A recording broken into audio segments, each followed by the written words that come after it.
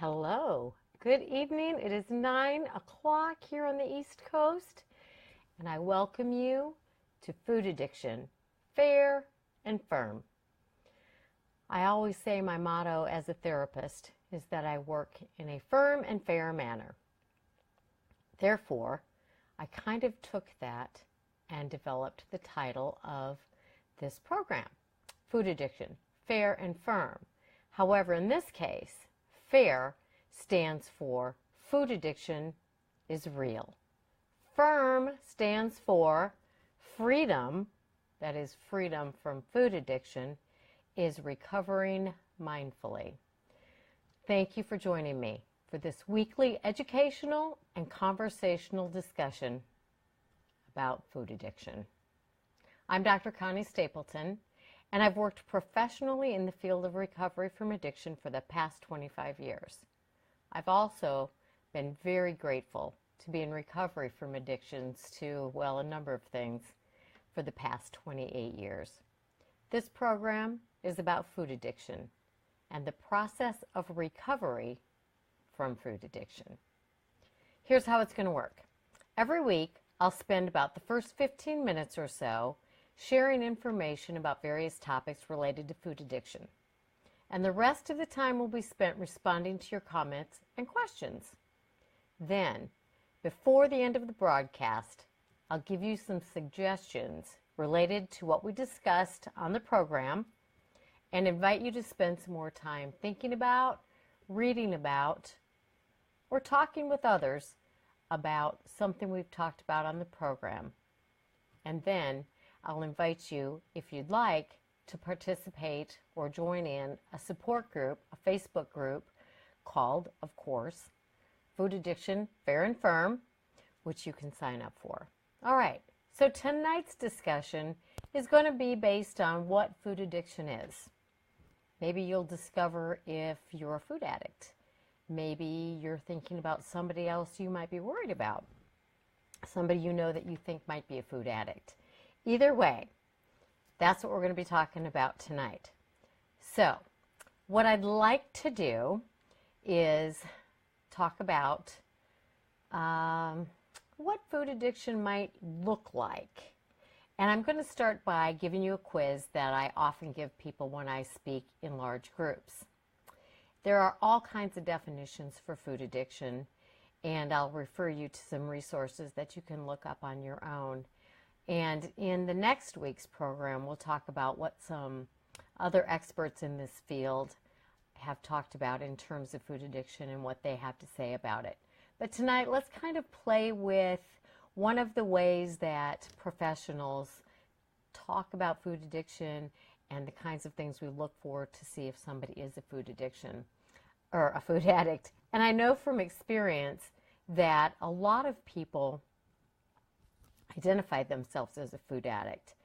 And it may be that they truly are an addict, a food addict, or it may be that it's a word that we throw around fairly lightly in our society. You know, we might say we're addicted to a show or we're addicted to cleaning. Some people are actually addicted to cleaning, but we're going to talk about what addiction really is. And tonight specifically, since this program is about food addiction, we're going to talk about food addiction. So here's what I'd like you to do. I would like you to think about what kinds of food, first of all, do you feel like in your life might call to you? A lot of people talk about food calling to them. So if you think that food calls to you, think about what those foods might be. All right. Now, with that in mind, I'm going to give you a little quiz, and you can count up the points on your fingers, right? This is nothing tremendously scientific, and this is not the be-all and end-all definition. So what I want you to do is use your fingers and count up some points if they apply to you. All right, here we go. The first question is, here's the topic, all right? These are going to be broken up into categories. And the first category is kind of, they all sound a little bit clinical, but I'll break them down into specific questions for you, okay? So the first category is the substance is often taken in larger amounts or over a longer period of time than was intended. Well, that doesn't mean anything, right? So what if I said to you, do you ever sit down and, have an idea of how much you're going to eat, and then before you know it, oh my gosh, you've eaten a whole lot more? For example, let's say that you go to a buffet and you say to yourself or to whomever you're with, I'm limiting myself to one plate of food, one serving of the healthiest foods at the buffet, and that's all I'm going to have.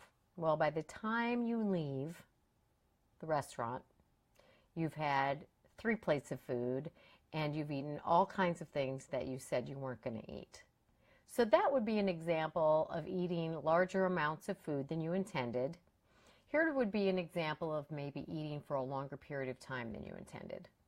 Let's say you sit down to watch a movie and you decide you're going to have a reasonable snack, and your reasonable snack for the movie is going to be a bowl of popcorn. All right, you measure out your bowl of popcorn and you take it in there and you're going to sit there and you're going to have your bowl of popcorn for the movie. So by the end of the movie, not only have you eaten your bowl of popcorn, but you've gone out and you've had 2 bowls of ice cream, and maybe you've had a package of crackers and a few cookies in addition. So this first category, the substance is used in larger amounts or over a longer period of time than was intended. If you think that this is something that applies to you, give yourself a point.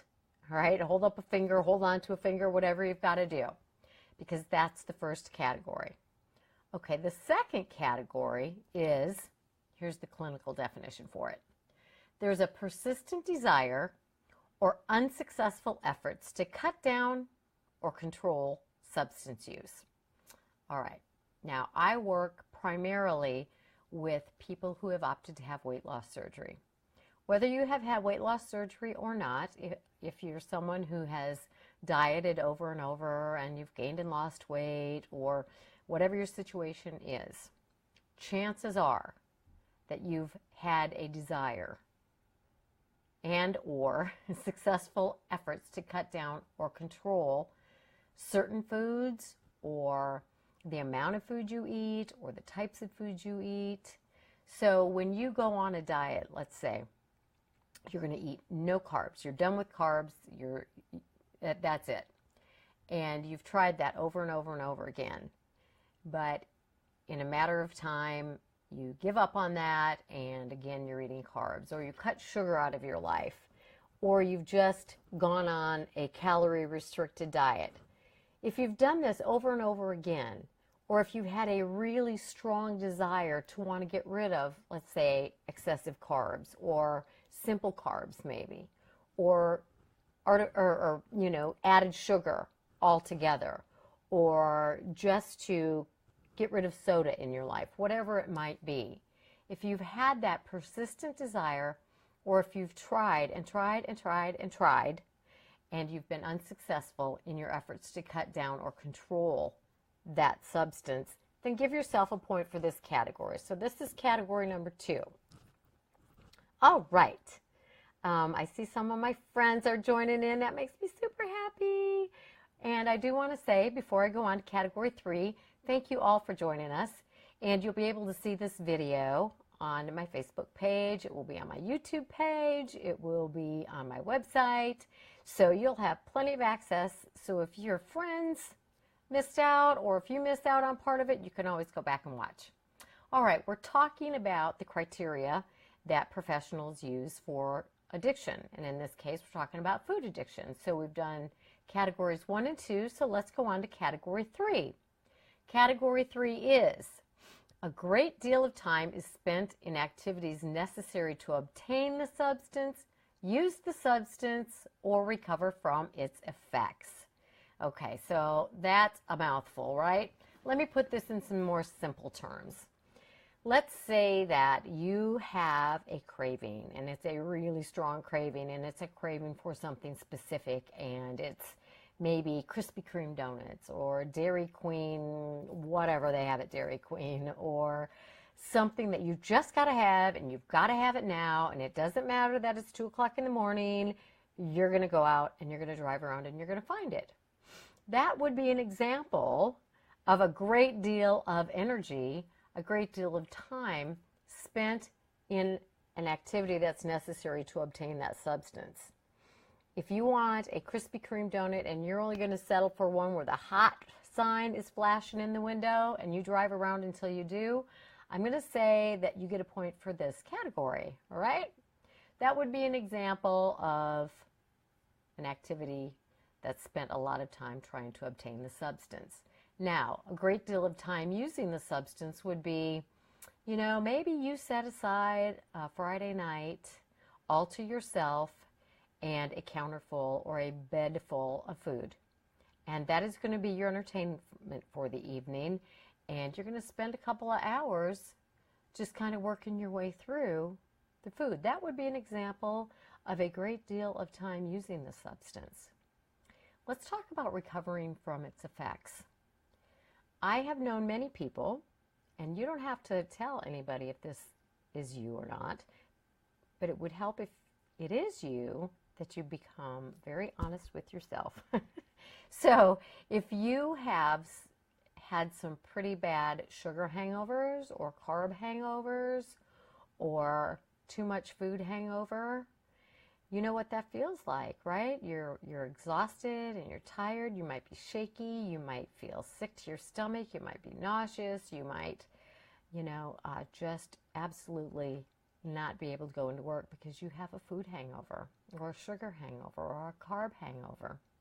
So that would be an example of a lot of time trying to recover from the effects of a substance.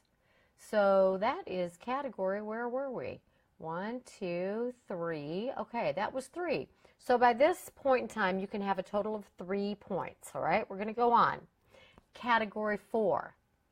Important social, occupational, or recreational activities are given up or reduced because of substance use.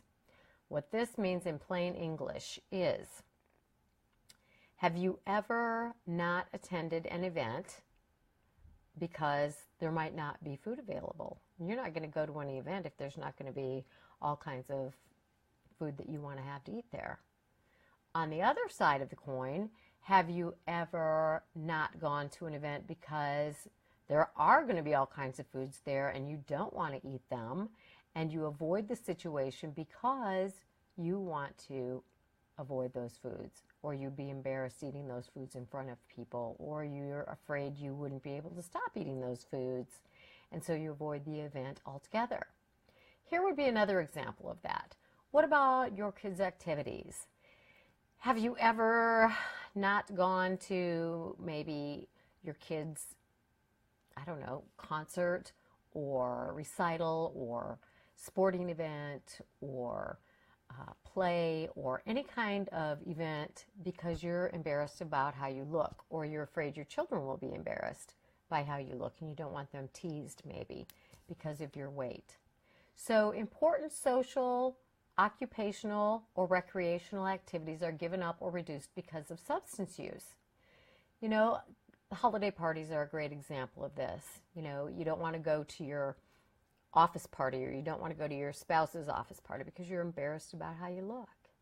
So if you've given up things that are important to you otherwise because of how you look or because of food or because of your weight, then you're going to get a point for that category. That is category number 4. And if you're just joining us, we're kind of going over the criteria that professionals use to assess for addiction. And in this case, of course, we're talking about food addiction.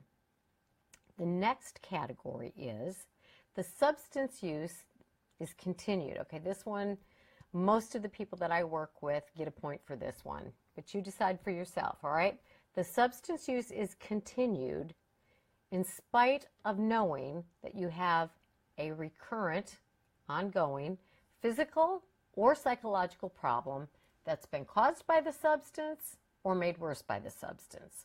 Okay, so if your weight has gotten to the point where your doctor says, you know, you need to get this weight off, or we're looking at diabetes, or your blood pressure's just getting out of control, or, you know, your cholesterol is so high I'm worried about a stroke or a heart attack.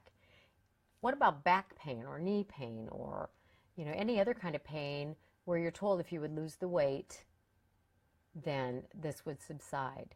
So if you have a physical problem that you know is caused by your weight, and you know would most likely resolve if you lost some weight, then chances are you get a point for this category. Now, those are the physical problems. What about the psychological problems? What about your self-esteem? What about, you know, attending, like we talked about in the last category? What about attending things like your kids' events and you don't go because you're embarrassed or you're ashamed, or you don't apply for job promotions because you're ashamed, or you don't, you know, there's a lot of information out in the world now about fat shaming, and it's horrible, horrible, horrible, and I hate all of it. But what I hate the most is the shaming that people do to themselves, because we have very little control or influence over what other people think, how they talk, what they say, how they feel, but we can influence how much abuse we give ourselves or how much shaming we do ourselves. And that's one of the things that I really want to work on and help other people work on with this food addiction recovery, okay? Because there's so much shaming of ourselves, and, you know, we're our own worst enemies. And so that's part of the recovery process. But back to our category, all right? If you have a psychological problem or a physical problem and you know it's related to your weight or your food, and you just can't stop, right? Continued use in spite of knowing there's this problem, and it's definitely related to your use of food or your weight. All right, welcome to everybody or anybody who's just joining us. We're talking about the criteria used to determine substance abuse or substance dependence. In this case, obviously, we're talking about food. So the next category we're going to talk about is tolerance. Tolerance means you need more of the same substance to achieve the desired effect. We'll talk about what that means. Or, it's kind of the same coin, other side of it, diminished effect with continued use of the same amount of the substance. Okay, let me tell you what that means, all right? Let's say that you had a day at the office and it was stressful and you're like, I'm over this, I just need some ice cream. And, you know, an ice cream cone from McDonald's took care of it. You kind of got that, you know, that you were looking for from food. Let's say now, over time, that ice cream cone, you're just not feeling it. You're just still tense. You're still not getting the effect, the desired effect. If your desired effect is, I don't want to feel this way, and you're using food to get away from the way you feel, you're going to need more of the food as time goes on. So maybe it started with an ice cream cone, took care of it. Now you got an ice cream cone and a Snickers bar, and you go, okay, that did it, I feel better. Over time, you're going to need more and more and more and more food to get that desired effect. That's what tolerance is, more and more and more and more, till you feel the feeling you want. A very good friend of mine who did have weight loss surgery said to me, you know, I get full physically from a little bit of food after I eat, having had the weight loss surgery. She said, but I never, ever, ever experience that feeling that I used to get from food. So if that resonates with you, then we're probably talking about that emotional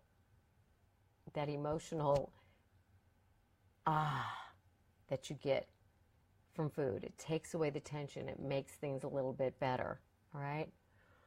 The other side of that is a diminished effect. So it means you can eat and eat and eat more of it. It's still the same thing, tolerance, but you just don't get that feeling. All right, so that's the sixth category, all right? So you can have up to 6 points again now, and I'll review these very quickly for those of you who have just kind of joined in, all right? And then the last category is withdrawal. When you take the substance away, do you feel withdrawal symptoms? Many people understand what I'm talking about. If you have cut sugar out of your life, ever, sugar and or simple carbs out of your life, a lot of people suffer headaches, shakes, nausea, fatigue.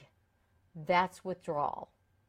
Sometimes people use the substance in order to not feel those things. So either way, if you experience the symptoms when you quit using those foods, or if you use the foods in order to not experience those, we're talking about withdrawal. So I am going to go through these very, very quickly again, and I'll tell you where these come from. These are the categories that were in the manual that psychiatrists and psychologists and doctors use when they try to establish if somebody has a substance abuse or a substance dependence problem. And I'll tell you the difference between those in a minute. But they've changed a little bit over time as they come out with new manuals. But you've also probably heard of the Yale Food Addiction Scale. Maybe you haven't. But the Yale Food Addiction Scale is a screening tool that a lot of people take to determine if they meet the criteria for substance abuse or food addiction in this case. So I'm going to give you a link to that so you can look it up if you want. All right, very quickly, let me review those categories. Ooh, I see somebody saying they've got 6 out of 7 of these. I hope you're counting, everybody. All right, so here we go. Here they are very quickly. So you use the food, you eat more, larger amounts, or you eat for longer periods of time than you intended to. Category 1. Category 2 is a persistent desire, I want to stop, or unsuccessful efforts. I've tried and tried and tried, but I always go back to cut down or control substance use. That's the second category. Third one, a great deal of time is spent in activities necessary to obtain whatever food you want, the substance, eat a lot of time spent eating the food, or recovering from the effects of whatever you've eaten. Fourth category. All right, fifth, important social events, occupational events, recreational activities are given up or reduced because of substance use, all right, because of food intake or because of weight. So that's 1, 2, 3, 4. All right, so number 5 is you continue to use this substance, whether it's sugar, whether it's simple carbs, whatever it is that calls to you that you have had a hard time stopping, in spite of knowing that it's causing health problems or psychological problems. All right, there's 5. 6 is tolerance. You need more and more and more of it to get the feeling you're looking for. And the last one is withdrawal, meaning when you stop using it, you have physical symptoms. Okay, so, dun, dun, dun. How many you got? I see a lot of 7 out of 7s, 6, 2, 7 out of 7, 4 out of 7. Okay, so you guys are counting. That's great. All right. You ready? Here's what the book says. If you have 3 points, if you've counted 3 points, chances are you meet the criteria for food addiction. Now remember, this is not, Dr. Stapleton is telling me I am a food addict. That's not it, all right? This is a screening tool. We are not sitting down and having a big discussion about your specific situation. But chances are, if you had 3 or more points on there, you do meet the criteria for food addiction. So hopefully that will help you understand, am I or am I not? And if you are, not to fret, all right? We can work through this. There is recovery from food addiction. I'm going to give you a simple little description, okay? People don't like the word addict, right? Especially if you're talking about yourself. But I want to tell you something. Gosh, look at this. It's 9:25 already. 25 minutes already. Terrible. Okay, so when I was given the information that, Connie, you're an addict. You're an alcoholic, you're a drug addict. I was stunned, shocked. I thought, this does not apply to me. This absolutely doesn't apply to me. It didn't take long, however, before I experienced the greatest relief of my life. I thought, this fits. It finally makes sense to me. It wasn't an excuse for anything I had done, because I was responsible for all of my behavior. But it made sense to me that this understand my behavior better, and I am responsible and accountable for doing something about it. So maybe over the next week you'll kind of come to that. I don't know. That may not happen for you, but it definitely happened for me. And it was great. It was, okay, now I know what the issue is, and I can start to change things. And when you have addiction, it's not just the substance, let me tell you. The substance is a symptom of the problem, which we're going to talk about next week. But it's a symptom that there are underlying issues. And recovery means dealing with the substance first, because that's got to go before you can really deal with the other stuff. But learning to deal with the other stuff so I didn't need food or alcohol or pain medication or work or whatever it was, because let me tell you, I've run the gamut with addiction. But I've learned to what we call live life on life's terms. So it's learning how to deal with life as it happens. Okay, somebody just said I beat myself daily because of my addiction. Let me tell you something. My greatest hope for you is that to begin with, you will stop doing that, okay? Because it will not help you in any way, shape, or form. And you are beating yourself more than anybody else is. I know that's true. I just know that that's true. So one of the things we're going to work on is when you find yourself beating yourself up, say, stop, this will not help me. Let's do something about this. Let's do something proactive, all right? So one of the things that I'm going to invite you to do, I want you to catch yourself with negative self-talk. And I want you to just say stop. If you can't think of anything positive to say, don't say anything to yourself, but just work on stopping. You know, imagine a stop sign. Say out loud to yourself, stop it. People around you will look at you interestingly, but that's okay. Okay, because we're working here. All right, here's what I want to say to you. If food's caused a problem in your life, then it's probably a problem. If it is a problem, if it's caused problems, it's a problem. But I also want you to remember it's a symptom of other problems. We do have to deal with the problem, because if we don't deal with the problem, you know, there it is. And then we focus just on the problem. All right. So what I want you to think about, there's a wonderful woman named Vera Tarman, and she co-authored a book that I absolutely love, and it's called Food Junkies. And she co-authored that with Philip Wardell. And I'm very grateful to her because she also wrote an endorsement for my new book, which will be out very soon. Which, by the way, that book was the inspiration for this program. And Vera says that you have to take the substance out of the equation. You have to start with that. You have to remove the trigger food. So my invitation to you this week, this time went just way too quickly, didn't it? All right, my invitation, okay, everybody listening? Pick a trigger food. You know what I mean by trigger food. The trigger food is the one that calls to you, that says, gotta have it now. I want you to pick a trigger food and give yourself permission. Those are important words, okay? Give yourself permission to go a day without it. Maybe an hour without it. Just a day, just an hour, whatever works for you. And if you go an hour without it, then give yourself permission to go another hour without it. And then give yourself permission to go another hour without it.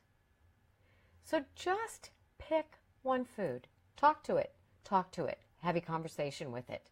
You know, you've been a problem for me for a while, and we're going to have to change our relationship. That's all I want you to do this week.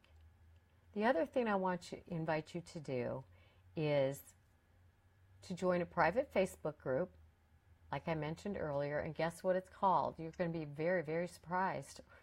Food Addiction, Fair and Firm. If you want to join that group, just leave a comment or send me a note through my webpage, which is on the screen, but it's www.conniestapletonphd.com, and we'll put you in that group. And I want you to use that group to support each other, to encourage each other, to ask for help. It'll be monitored, so we make sure it's all appropriate, but use that group. We're going to work on this together, you guys.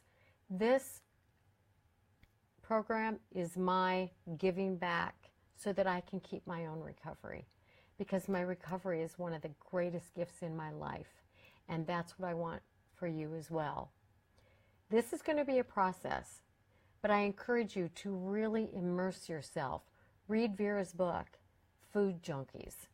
My book, Weight Loss Surgery Does Not Treat Food Addiction, will be out in a couple of weeks. So we're going to get you reading. Look up food addiction. You can go to my webpage, and there's a resource on there. You can look up the Yale Food Addiction Scale. You can download it. You can download the scoring. It's all there, and it's all available. It's all free. So use my website. There are all kinds of good things on there for you. And I thank you all so much for joining us tonight, for joining us, each other. Okay, we're a group. We're a group of people who struggle from addiction, and together we will recover from that addiction. And I want you to know this is a process, not an event. You're not fixed tonight.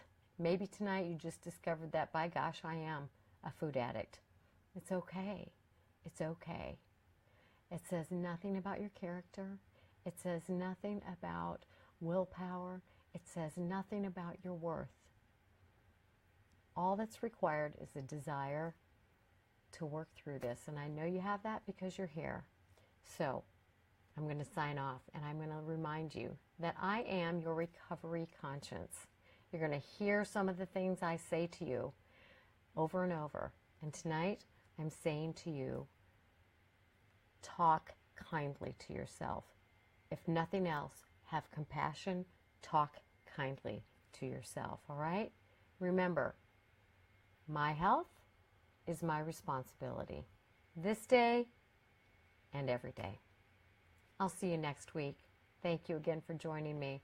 Feel free to review this, watch it again and again.